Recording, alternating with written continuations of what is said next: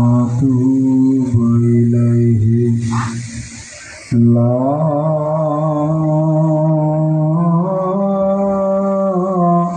حول ولا قوة إلا بالله العلي العظيم أعوذ بالله من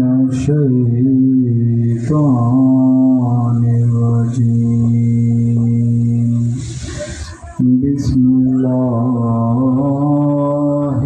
الرحمن الرحيم إن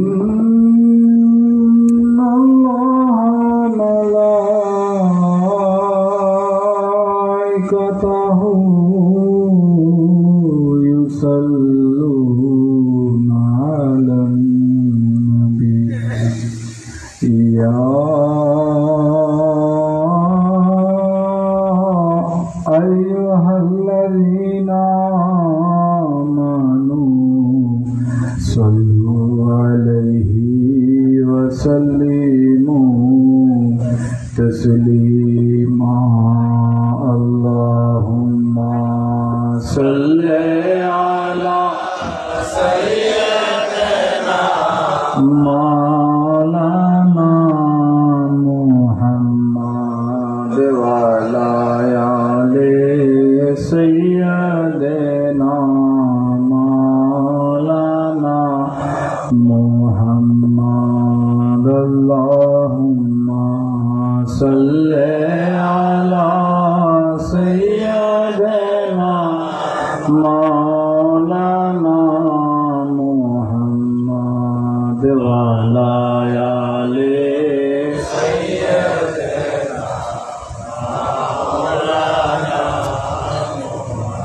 ইচ্ছা করলে প্রাণ নবী থাকতে পারতে না রোষে উম্মতের মায়ায় নবী শুয়ে আছেন মদিনায় আল্লাহুম্মা সাল্লি আলা সাইয়্যিদিনা মাওলানা মুহাম্মদ ওয়া আলি সাইয়্যিদিনা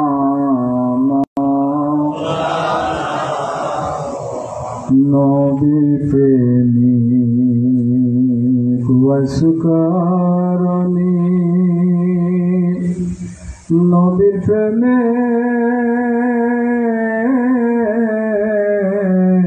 দিওয়ানা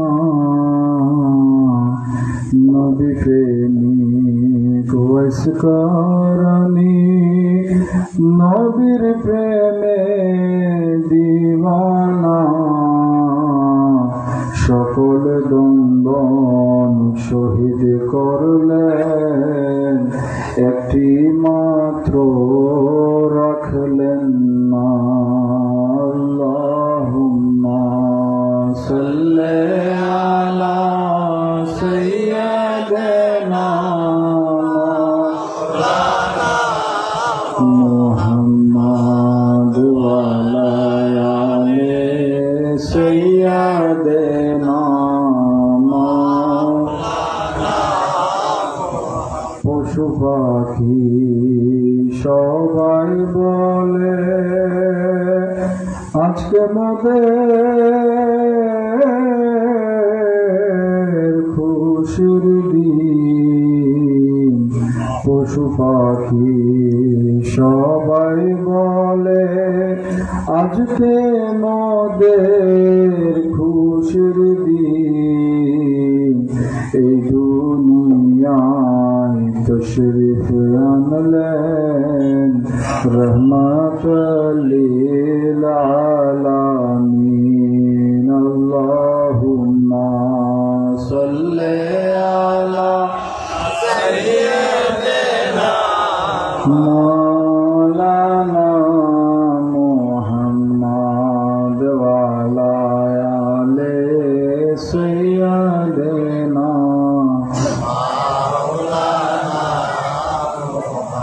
अर्शर नीचे सिजदाए पड़े कांदेन नबी जारे जा अर्शर नीचे सिजदाए पड़े कांदेन नबी जारे जा माफ करे दाओ ओहे अल्लाह उम्मत আমার गुनहगार अल्लाहुम्मा सल्ले अला सय्यिदना मौलाना मुहम्मद वाला आले सय्यिदना अल्हम्दुलिल्लाह रब्बिल आलमीन वल आक़िबतु लिल मुत्तक़ीन वस्सलातु वस्सलामु अला सय्यिदिल अंबिया वल मुरसलीन व अला आलिहि व अस्हाबिहि व अहलि बैतिहि अजमाईन अम्मा बाद अऊज़ु बिल्लाहि मिनश शैतानिर रजीम बिस्मिल्लाहिर रहमानिर रहीम व मा अर्सलनाका इल्ला रहमतल लिल आलमीन सल्लल्लाहु मौलानाल अज़ीम व सदक़ा रसूलुहुन नबियुल हबीबुल करीम। আজকে এই আজমুশান নুরানি মাহফিলে আগত সকল আশিকের রসুলগণ, ধর্মপ্রাণ মুসলমানগণ, গোলামানে আহলে বাইতের রসুলগণ, বিশেষ করে বাংলাদেশের বিভিন্ন দরবারের হক্কানি দরবারের মুরিদান আশেকান ভক্তবৃন্দগণ, দূর দূরান্ত থেকে আগত সকল ধর্মপ্রাণ মুসলমান ভাইগণ, আসসালামু আলাইকুম ওয়া রাহমাতুল্লাহি ওয়া বারাকাতুহু। আল্লাহ পাক রব্বুল ইজ্জত আজকের এই মোবারক মজলিসের মধ্যে আমাদের সকলকে আসার বসার তৌফিক দান করেছেন বলে আলহামদুলিল্লাহ। অল্প পরিসরে 20-25 মিনিট কথা বলার জন্য চেষ্টা করব। রাসূল খুদা সাল্লাল্লাহু আলাইহি সাল্লাম সম্পর্কে 2-4টা জিনিস জানানোর জন্য চেষ্টা করব, যেগুলো আপনারা মনে রাখার জন্য আপ্রাণ চেষ্টা করবেন, যেন কোনো ব্যক্তি অন্ততপক্ষে আল্লাহর নবীকে নিয়ে আপনাদেরকে এমন কোনো মিথ্যা তথ্য না দেয় যে মিথ্যা তথ্যটা আপনারা বিশ্বাস করলে আপনাদের জন্য ক্ষতিকর হবে, আপনাদের ঈমানের জন্য বিপজ্জনক হয়ে যাবে। অতএব মনোযোগ দিয়ে শুনবেন। অল্প কিছুক্ষণ সময় কয়েকটা হাদিস আমি কোট করে বলে দিব, যেগুলো মনে রাখাটা দরকার। এগুলো বলাটা এখন সময়ের দাবি। আসলে এখন তো আমরা বাংলাদেশের মধ্যে বিশেষ করে অজস্র মাহফিল হয়ে থাকে, আলোচনা হয় বিভিন্ন মাহফিলে, বিভিন্ন জায়গার মধ্যে এত আলোচনা হয়, এত মাহফিল হয়, কিন্তু আমরা আমাদের মাহফিল সমূহের মধ্যে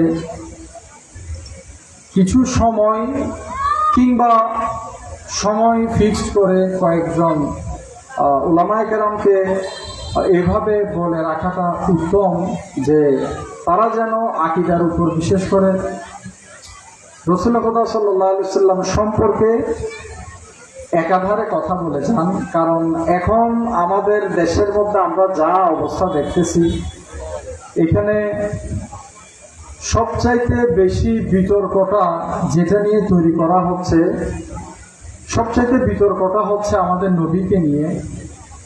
যতই দোষগুণ আপনি দেখবেন, কেউ দেখবেন দোষ খুঁজতেছে, আর কেউ দেখবেন আল্লাহর নবীর গুণাবলী খুঁজতেছে। যদি একটা সহজ ভাষায় উদাহরণ দেই, একটা মাহফিলের মধ্যে একজন ব্যক্তি আল্লাহর নবীর সম্মান বর্ণনা করতে গিয়ে কোরআন শরীফের একটা আয়াতের রেফারেন্সে তিনি বললেন যে আল্লাহ পাক রব্বুল ইজ্জত দুনিয়ার জমিনের মধ্যে নবীকে যখন পাঠালেন, সচরাচর ভাবে আমরা যদিও অনেক বিষয় আছে যেগুলো আমরা জানি না, অজানা বিষয়, কিন্তু আল্লাহ পাক রব্বুল ইজ্জত আল্লাহর নবীকে ওইসব বিষয় শিক্ষা দিয়েছেন, ওইসব তথ্য দিয়েছেন, ওইসব জ্ঞান দিয়েছেন যেগুলো নবী জানতো না। তো নবী কতটুক জানতো না এটা নবী জানে, আল্লাহ কতটুক নবীকে জানিয়েছেন সেটা আল্লাহ এবং আল্লাহর নবী ভালো জানে। কিন্তু আমরা যদি ঢালাওভাবে বলি যে নবী কিছুই জানে না, তাহলে এটা কোরআনের বিরুদ্ধে হবে। তখন আরেকজন আলেম কথা বলল যে না, আল্লাহ পাক রব্বুল ইজ্জত নবীকে গায়েবের কোনো জ্ঞানই দেয় নাই। তখন ফয়সালা হলো আগামীকাল বাহাস হবে, মোনাজারা হবে এই বিষয়ের উপর যে আল্লাহর নবীকে আল্লাহ জানিয়েছেন, আর ওই ব্যক্তি প্রমাণ করবে যে কোনো অজানা তথ্য নবীকে আল্লাহ জানায় নাই। এইটার উপরে আগামীকাল বাহাস হবে, মোনাজারা হবে। পরের দিন আসলো, পরের দিন সবাই যখন সম্মিলিতভাবে বসলো, সবাই সামনে বসলো যেন মোনাজারাটা দেখে কে সত্য বলছে কে মিথ্যা বলছে, এটা জাস্টিফাই করার জন্য। ওই সময় সুন্নি আলেমটা দাঁড়িয়ে বলল, মোনাজারার আগে আমি একটু করে কথা বলবো, আমার এই একটু কথা আপনারা 2 মিনিট মন দিয়ে শুনবেন। তো তিনি দাঁড়িয়ে বললেন যে গতকাল রাতে আমি সারা রাত আমার ঘুম হয় নাই। কেন? কারণ আগামীকাল মোনাজারা হবে। তো সারাটা রাত ঘুম না হওয়ার কারণ হলো সারা রাত আমি স্টাডি করেছি, কিতাব দেখেছি কোন কোন জায়গার মধ্যে লেখা আছে যে নবীকে আল্লাহ গায়েবের জ্ঞান দান করেছেন। এই কথাটা কোথায় কোথায় আছে আমি এই জিনিসগুলা কোট করতেছিলাম, আমি এগুলা রেফারেন্স গুলা নোট করতেছিলাম। তো আমার প্রতিদ্বন্দ্বী যিনি আছেন এখন, হয়তোবা তিনিও সারাটা রাত স্টাডি করেছেন যে তুমি আমার সাথে মোনাজারা করবেন। উনি সারা রাত এই খুঁজে ছিল কিতাবের কোন কোন জায়গায় আছে নবী জানে না।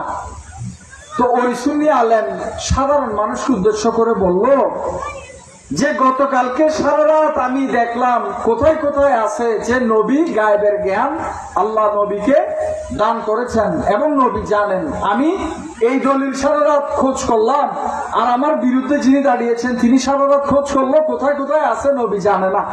এখন আপনারাই বলেন আমি নবীর সপক্ষে লোক নাকি উনি নবীর সপক্ষে লোক?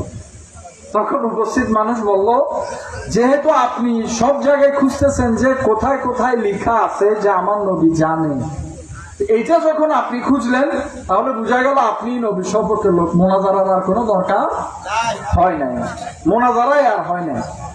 তো এখানে আসলে একটা জিনিস বুঝার জন্য বলছি যে আমরা এখন বর্তমানে দুনিয়ার মধ্যে আমরা যদি কোনো আল্লাহর ওলির কোনো ভক্তবৃন্দ দেখি, কোনো মুরিদ দেখি, যে কোনো দরবারের, কোনো একটা হক দরবারের, উনাদের সাথে আমরা চলি ফিরি, কথাবার্তা বলি, তো আমরা আসলে অনেক কিছু দোষ ধরে ফেলি যে বরকতের জন্য আল্লাহর ওলির সান্নিধ্যে কেন বসবেন, এইখান থেকে কি পাবেন, আর এইরকম কোনো কথা আদৌ কিতাবে আছে কিনা, সাহাবায়ে কেরাম করেছে কিনা, এইসব বিষয়গুলো আমাদের অজানা থাকার কারণে আমরা আল্লাহর ওলিদের থেকেও বরকত হাসিল যে করব সেটার মধ্যে আমরা প্রশ্ন করে থাকি।